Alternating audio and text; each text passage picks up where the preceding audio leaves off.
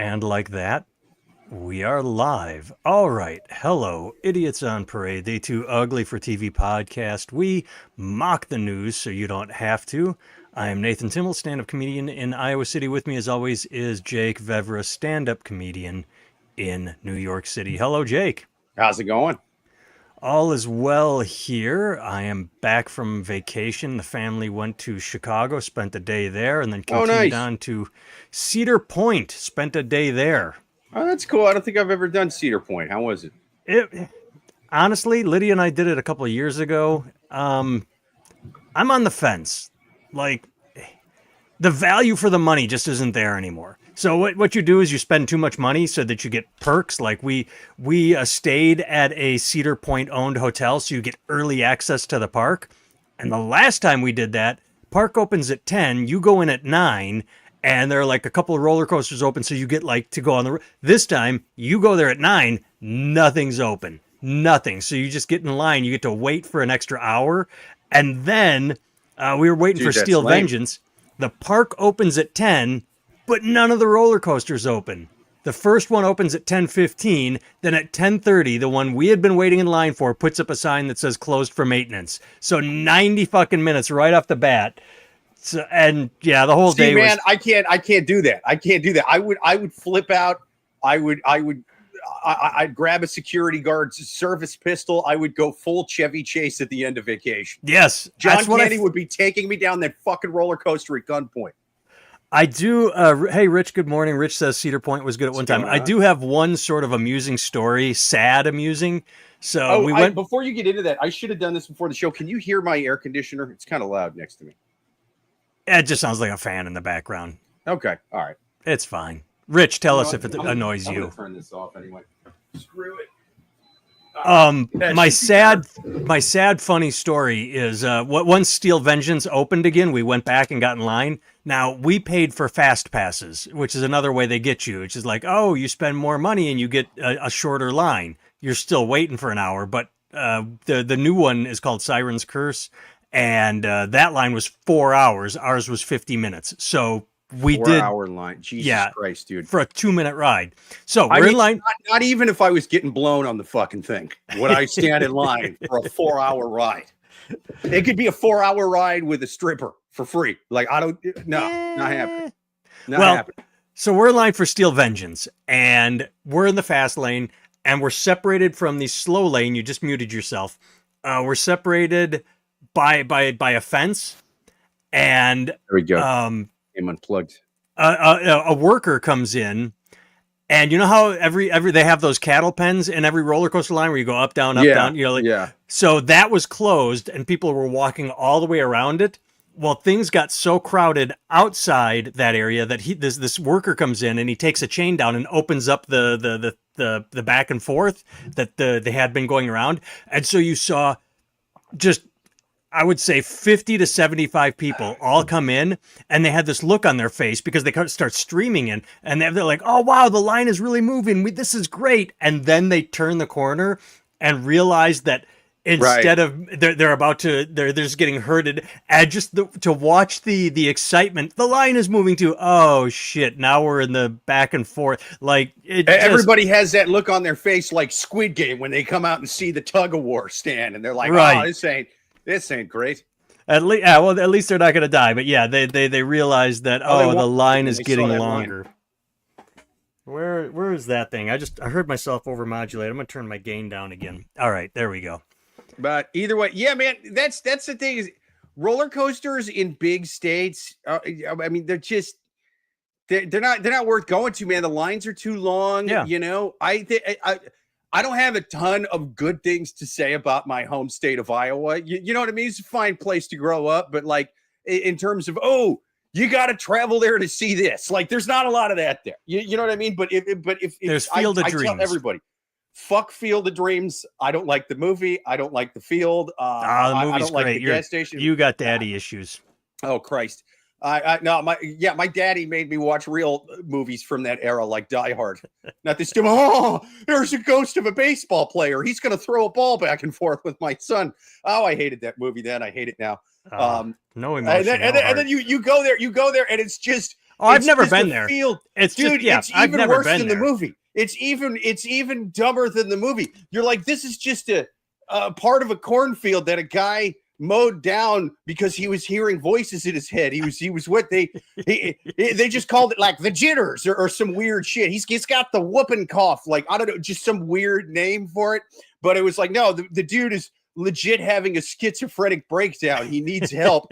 But we're just lucky he didn't build it and then kill his whole family and himself in a murder suicide. That would have been a twist ending. That would have been a twist ending. That's the sequel.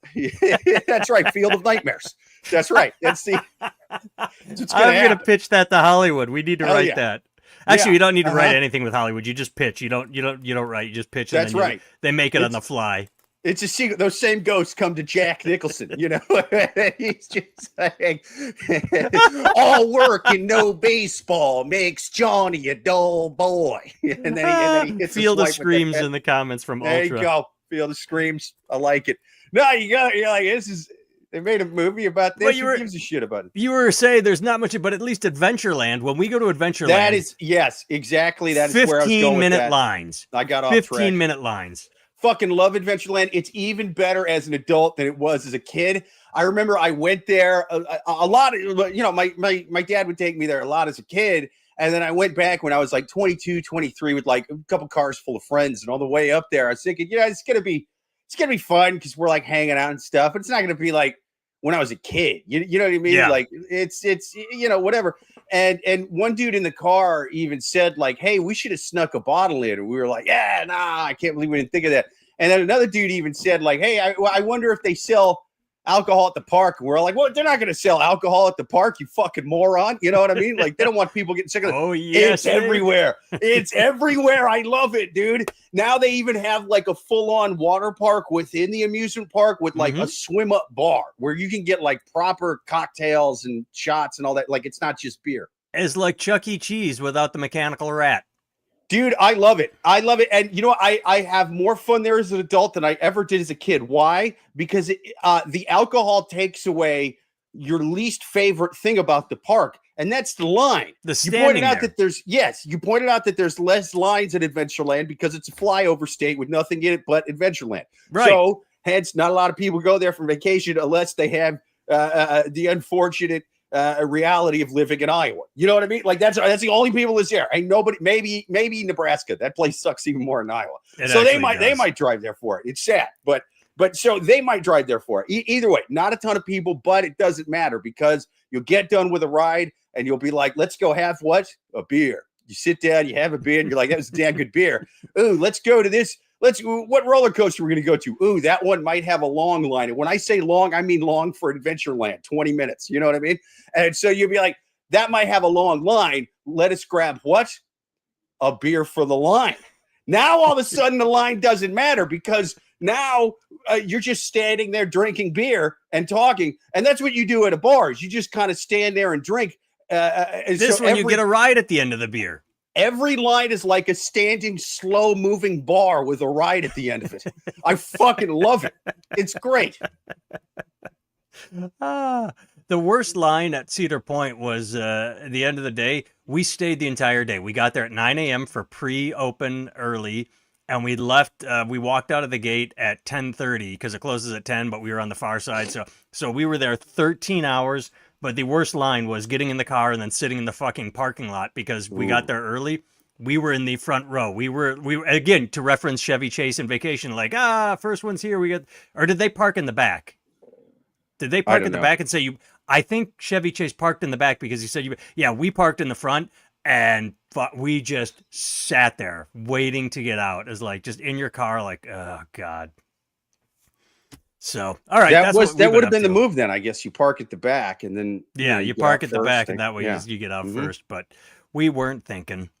And then, we'll talk later. I fucked up. I said we'd be back on Saturdays, but I got something this Saturday. We'll talk about it. So, all right. I told you this. I didn't look at a single fucking news story from last Friday through Thursday morning. So I sent very few links. Sure. I didn't pay attention to the news. We're spending time with family on vacation. You could just ignore it. I did. Let's open with this. I sent you one of my favorite things. P. Diddy was on trial and the verdict came down. So, of course, the first headline I saw was celebrities react to the Diddy verdict. Because that's what you want. When something happens, you want to know what the celebrities think because That's they're true. important. But I love the subtitle. Not legal which is- experts, people who've played them on TV. Yeah. But the celebrities reacting to the Diddy verdict says more about those who stayed silent.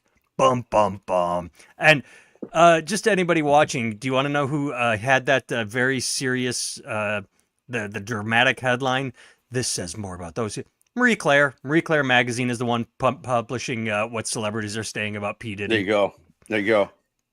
So I do think it's somewhat interesting, though, to see what the celebrities say, because that was, I guess, the lack of people defending Diddy initially was why I was like, oh, dude, this guy's going to be guilty for sure. Because I remember with like Cosby, people defended that guy publicly. I mean, after he had dozens, I mean, friends of mine that I knew would say shit like, listen, this is a classic case of he said 57 of them said. It could have gone either way. We got to wait for the evidence to come. You know what I mean? And so it's like with this guy, those same people were like, oh, he did it for sure. Yeah. And people from inside. But aside from the celebrities reacting, of course, it's Kesha because she had her problems with that producer. And then Evan Rachel Wood, who was with Marilyn Manson, who said she was Rosie O'Donnell. I mean, I guess she just wanted to get in the news. But 50 Cent came out hard. This one, I like this. Dawn Richard. I don't know who that is. Like celebrities speak out. You'd think you should notice. But 50 Cent apparently has been anti-Diddy a long time. One. He said he was going to release a documentary called "Did He Do It?" and dude, he sent out a tweet. I don't know. I didn't see the 50 Cent stuff in the article. I must have missed him, but like he sent out a tweet that said, "Congratulations, Diddy, you're like the gay Gotti." Oh, that's funny. But so it was a split verdict. Everyone's saying it's a crime. Like, oh, how dare he not be found guilty on all accounts? I mean, he got himself some fucking OJ lawyers that leaned into. From the summation I read, he didn't try and fight the sexual, interest, whatever you want, the prostitution stuff, right? Not the prostitution stuff. He was found innocent of sex trafficking. He didn't try and hide the fact that they found him guilty of. No, they found him guilty of two charges. It was just transporting prostitutes across state lines. Oh, okay. Like it's more or less like hiring a prostitute from one state, but not sex trafficking, where he was enslaving. But that's the thing is he leaned into the idea that they said, yeah, he's kinky and he likes to throw these parties. What are you going to do? As opposed to like trying to deny everything and say, I've never had sex in my life. I would never buy baby oil. That's all a plant. Like you lean into the weird aspect so that you get the split. They say, okay, he's kinky, he's a freak, but she was probably into it too. So yeah. Johnny Cochran's got nothing on Diddy's lawyers. That's right. That's right. They are breaking out the champagne and baby oil. They are celebrating. But I started thinking maybe like a month or two ago that he might get not guilty, or at least on a lot of it. Like, just because it came out that his lawyers, you mentioned them kind of leading into it. I heard a thing that his lawyers had footage of the freak-offs, like video footage, and they were playing it in court. And so I was like, okay, if the defense lawyers are playing that actually is very interesting because, I mean, you don't play freak-off footage as the defense lawyers unless you really have a good reason to be playing it. If it doesn't show him with a whip and like hitting people. If you've got people like all boning, like, with smiles or whatever, or everyone's high-fiving. And this is going to sound shitty. This is going to sound whatever.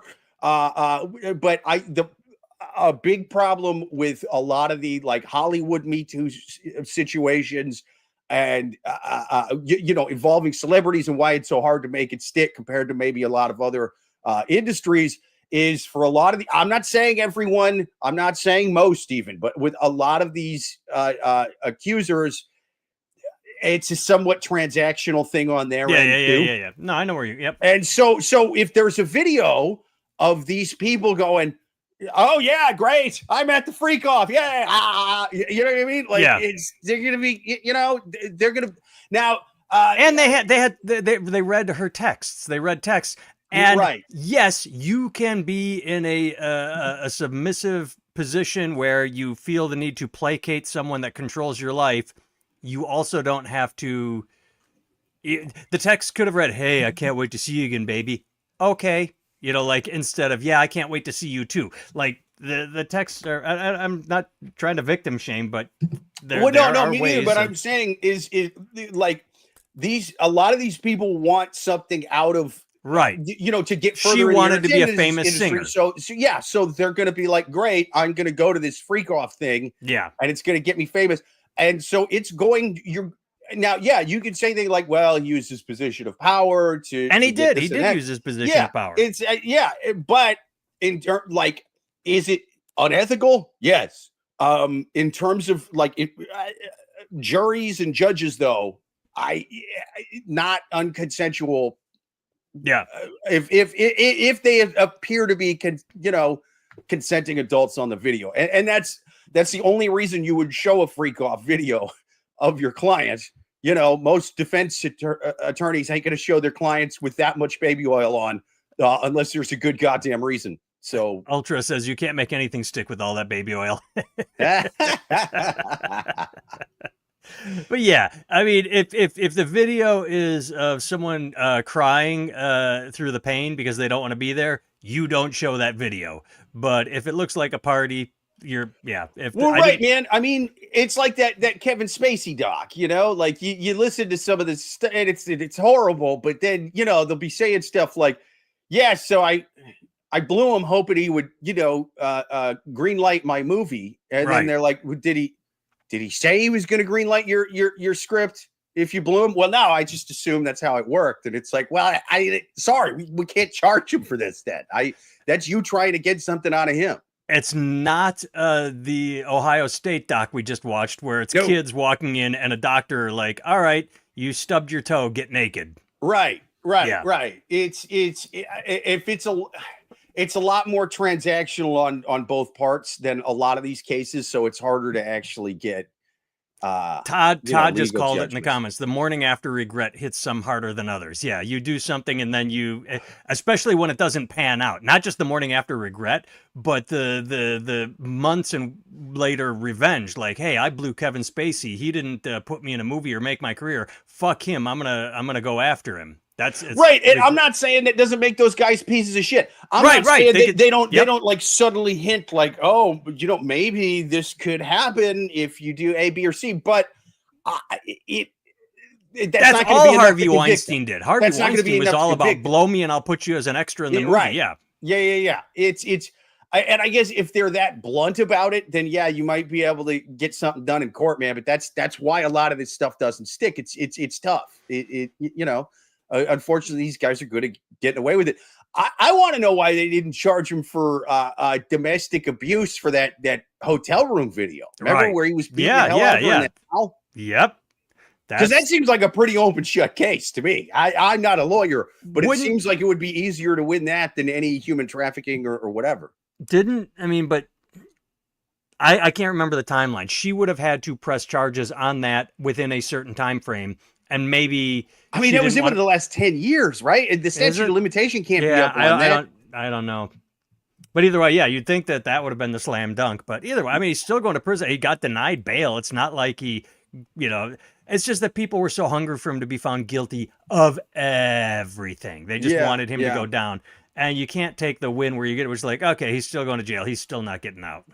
I don't think he's going to go to jail for that long for this. I'm not a legal expert. Well, he got denied bail. He got denied bail, but in terms of the sentencing, I don't know how much time you get for hiring prostitutes. You know what I mean? Like if I take my car right now and go to like Avenue D or whatever and get blown by a hooker. And that hooker takes my dick. I'm actually an undercover cop. Put your hands in the air. Like I'm not going to be in jail for a decade, and I don't have Diddy's money even close. Yeah.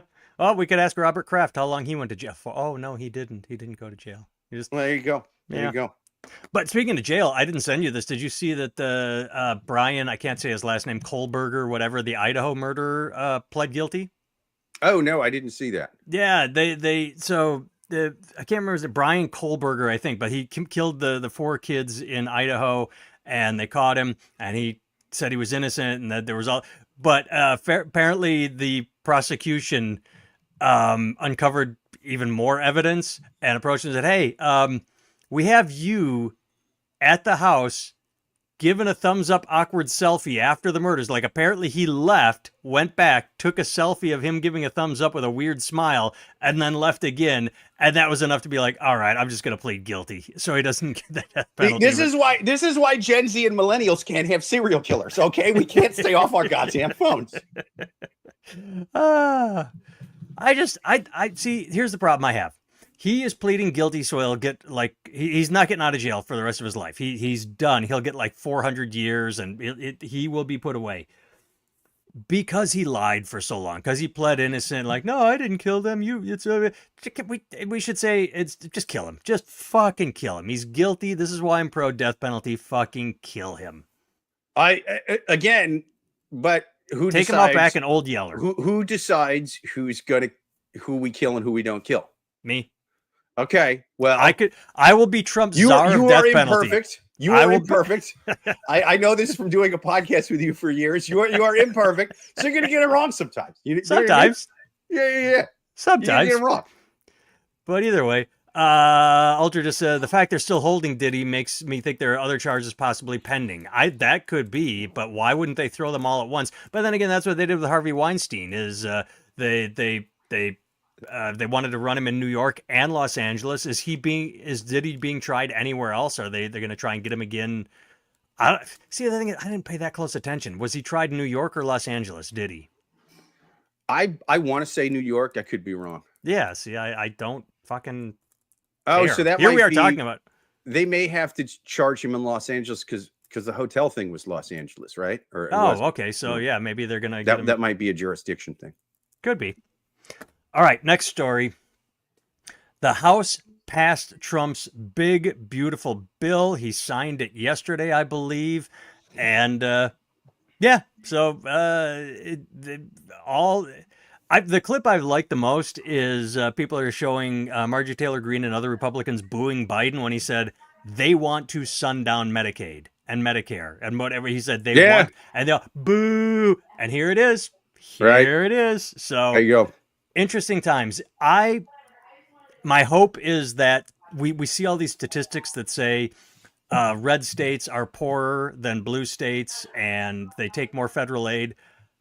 I hope this bites every Trump supporter in the ass. I hope that the I'm going to stick it to the libs Trump supporters lose whatever they had and learn a lesson. Not that they will learn because they obviously are living don't learn, but I mean, interesting times. Yeah, my mic came unplugged again. You can still hear me, right? Yeah, I can hear you. Okay, cool.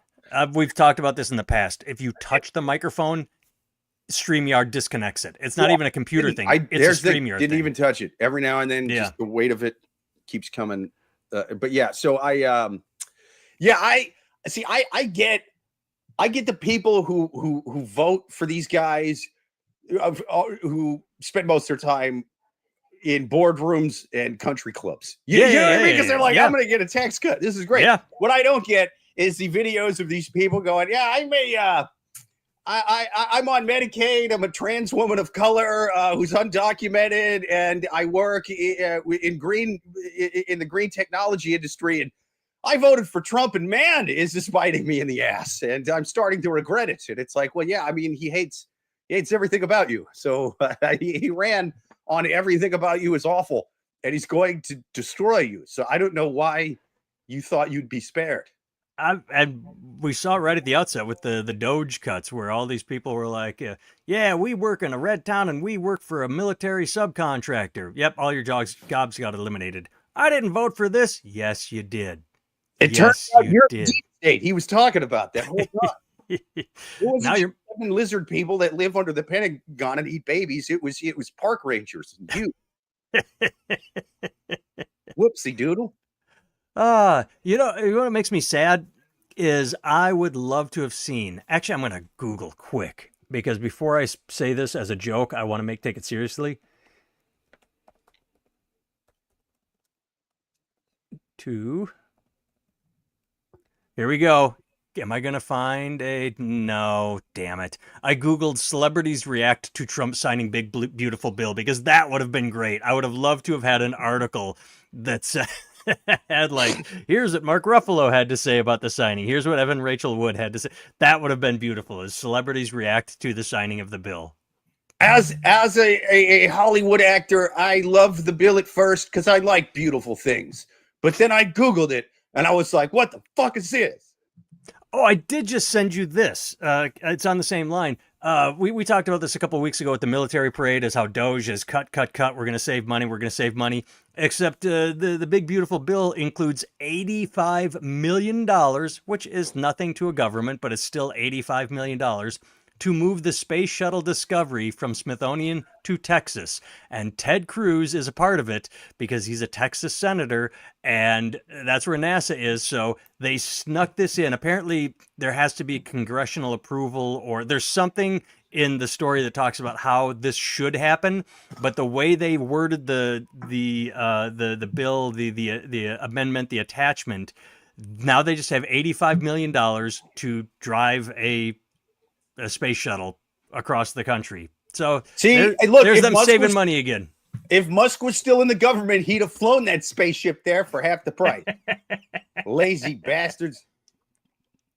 No, yeah, I mean that's the thing is this one adds the deficit. That's what Musk was tweeting about this thing. Yeah, was that it actually adds to the deficit. So this whole thing about them yelling about America's debt and then but we're gonna slash all the rich people's taxes and all that, like, because there's government spending, that's money out, but then the taxes is money in. So like if you cut more money in than you're cutting money out, you're going to add to the deficit. I mean, it's that simple. Yeah, I think I mentioned this on here. There's a TikTok site, and we can talk about that in a second. TikTok. I follow, it's called Debunction Junction, where it goes through and it takes talking points and breaks them down, showing sources and facts and numbers, and there's no name calling or insulting. And he said, all right, Trump just signed this and it passed with 0 Democratic votes. Let's take a look at the last 2 times something passed with no opposition votes. And the last 2 times were Trump's the jobs bill in 2017, and going all the way back to Bill Clinton, a deficit reducing act. And he breaks it down.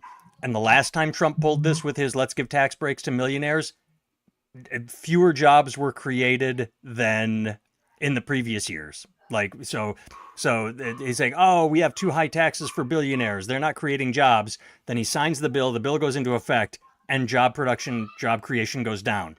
Under Clinton, when he it trickled into their bank accounts and not down to the rest of us? No, I don't buy it. Exactly. And when Clinton signed and raised the tax rate to 38%, that had been at 70, then Reagan kept knocking it down. More jobs created under Clinton than Bush Sr. and Bush Jr. and Trump combined, or like he did the math, and like when you tax the richest, and Clinton ran surpluses too. The second Clinton, he ran surpluses. You have to tax the rich. That's all there is to it. Yeah. 3.3 trillion to the debt orange turd bill adds. Yep. Todd, there you go, man. Pointing in the thing. All right, go ahead. No. What were you saying? I was just gonna say, I told you that I'm having a TikTok moment again. It's not as big as Canned Pumpkin Guy, but I put out a video saying that the crash cymbal in the song "I Melt with You" by Modern English is overbearing, and when you hear it, you can't unhear it. I remember full well just listening to it, like, oh, there's that song, like, wait, is he hitting the crash cymbal? Oh my God, every like, I'll stop, he just hits it after every verse. It's like 1, 2, 3, 4, crash, 2, 3, 4. And so I made a video saying it ruins the song. Holy shit, dude. Someone must have posted it in the only Modern English fan club TikTok site there is, because of all the things I say that are, inappropriate, This is the one that's gaining traction. It just cracked 400,000 views, and people are. I would say it's an 80 to 20 ratio. 20% of the people say, "Yeah, dude, you fucked that song up for me. That crash symbol's annoying." But 80% are coming down hard on me, calling me an asshole. And I didn't know Modern English had that kind of fan base online. Neither did I. I didn't really. I mean, it seems like kind of a niche fan demographic at this point. I mean, I know it was a big hit, 40 fucking years ago, but Jesus. Yeah, it's insane. What's their other hits even? They don't have any other hits. This is the one people were saying that, the Burger King used it in an ad. Yeah, I've heard it in ads. Yeah. And then Snickers ran it for movies. a year a couple of years ago. Yeah, I mean, it's a big, you melt. Yeah, so. I'll stop the world and melt with you. But here's the one thing I don't like. So if anybody's negative to me or says something or insults me, half the time I smile, the other half of the time I laugh. Like there can be some pretty good insults, but I've been jousting or trying to joust with people as they insult me. I'll make a comment back just for the algorithm hit. I kept getting community guidelines, and I just got my first account strike on TikTok, meaning not thumbs up. They're gonna kick me off, so I have to stop responding. Here's what did it. A guy commented on the video, said, "Yeah, but look at the shirt you're wearing. I can't take anyone seriously that wears a shirt like that." So I responded, "Well, then we're even, because I don't listen to guys whose foreheads could be used as a movie screen," because he had a big forehead.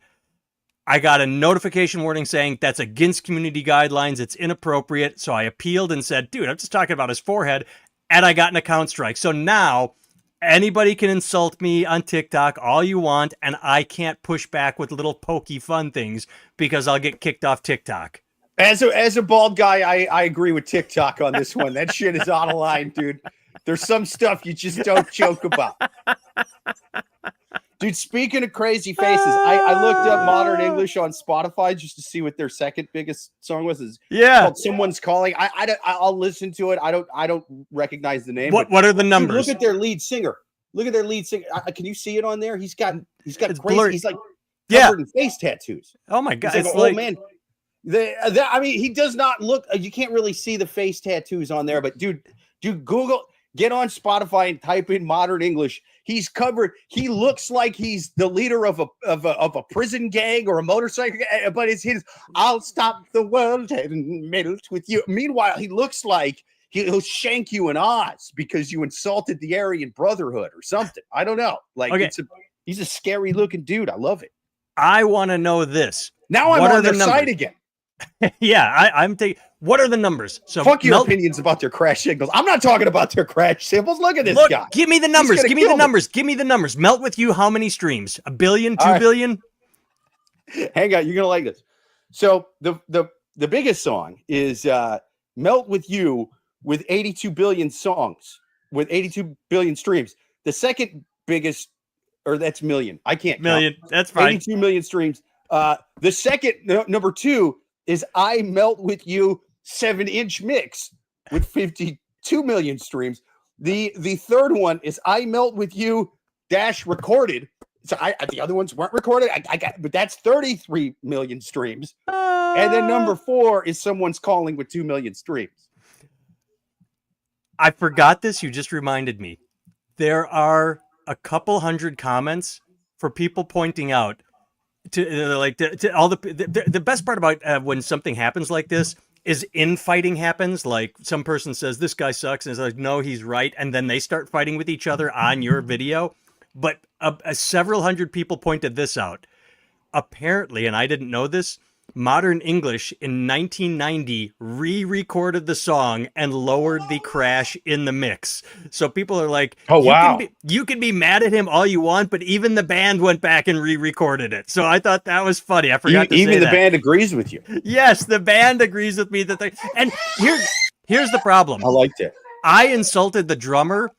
It was probably the producer. Like I did say, as someone in the band should have said, "Stop hitting that crash." But the producer should have said, "Let's dial that down in the mix a bit." And that's right. You could hit whatever you want, but Christopher Walken came in from that SNL sketch. I gotta have more crash cymbals. I referenced that in my video. I said it's exactly like the SNL thing. But yeah, it's I got a fever, and the only prescription is more crash cymbals. More crash cymbal. But it's just to what you said when I told you this a second ago. It is so odd. All the things I've said and done, the two things that have blown up on me are one, like, my wife left the toothpaste cap off, canned pumpkin, like that blows up. And now this old Gen X 80s song is just inflaming passions. And years ago, TikTok. circumcisions. Well, that was us though. I'm just saying my TikTok for us, it was the circumcision thing. That was our moment in the sun. Yeah. It New English is modern English is the canned pumpkin of bands. I don't know why the fuck people are coming New English. They're You can't get. Okay, I'm going to tell a story right now. That's right. New English is the cover band I'm doing that plays this song in 3 different versions over and over again. All right, I'm going to tell a story that I've. How do I make this obscure? Well, I can because I have several good friends that are musicians. And when I Melt With You was being played by Snickers, there was one summer where Snickers bought the commercial and it was playing, and I guess it charted again. My buddy auditioned to be in the band. They wanted to go do like state fairs, and we're like, "Oh, Melt With You is back on the air. Let's get behind it. Let's tour." So my buddy goes, and he said the singer spent the entire time. They went to lunch or dinner. Like it was a meet and greet more than an audition. It's like, let's see if our personalities gel. And if they do, we'll hire you because you have a good resume. We know you can play the parts. He said the entire lunch, all the singer did was bitch about Bono and U2 and how much they suck. And then when it was over, he said, all right, cool. We'll get back to you. And they went Dutch. Like the singer of the band didn't even pay for the starving musician auditioning for his band. The guy getting paid by Snickers. It was just like all he did was bitch about U2 and Bono, and then he didn't even buy my buddy lunch. So I thought that was pretty fun. That's pretty awesome, man. All right, that seems like the move of a guy who uses way too many crash cymbals in a hit song. Probably. All right, before we get out of here, next week we're going to talk about a new documentary. Jake, give us a teaser because you watched the first episode. I haven't watched any of it, and then we'll take off. I did. We're going to watch the documentary, The Mortician. It's on HBO. It's about a guy who was running a funeral home / crematorium and was doing shady. Is this in the South? Stuff. California. Oh, there's one in the South where they're saying they're like the guy was just throwing bodies in the pond behind the crematorium. And it had like 50, 75 bodies in this little like pond in the South, like in Georgia or Mississippi. So they drop. Oh, that's wild. And he would just like burn wood and give him ashes. No, this guy, and I don't feel like I'm giving away too much because this is on the trailer. What he was doing was he was just basically taking a bunch of bodies at once and putting them all in together and cooking them all together. That seems legit. Who cares? Because then you're getting just ashes from like you're getting community ashes. Who gives a shit? I mean, like I wouldn't give a shit if it was me personally, but if it's other people's loved ones, you kind of got to give them the ashes of the people you say to give them. I suppose. All right, that's what we're doing next week. Thanks for tuning in, everyone. I have been Nathan Timmel. My website is nathantimmel.com. From there, you can find my Amazon page with the books I've written, my t-shirt store with the t-shirts I come up with. I have a special on YouTube called Unapologetic. Jake can be found at Jake Vevra on all social media sites. And on his YouTube page, he has a special Unalived by Dog Pills. You should check that out. And going back to TikTok, Jake has been posting a TikTok every day. We're trying to get him up to 1,000 followers. So we can go live on TikTok at the same time we go live on YouTube. Thanks, Todd. Thanks, Rich. Thanks, Ultra. We will see you guys next time. Trump's big, beautiful bill requires that modern English use even more crash cymbals in their songs. Repeal it. Oh, that's a good one.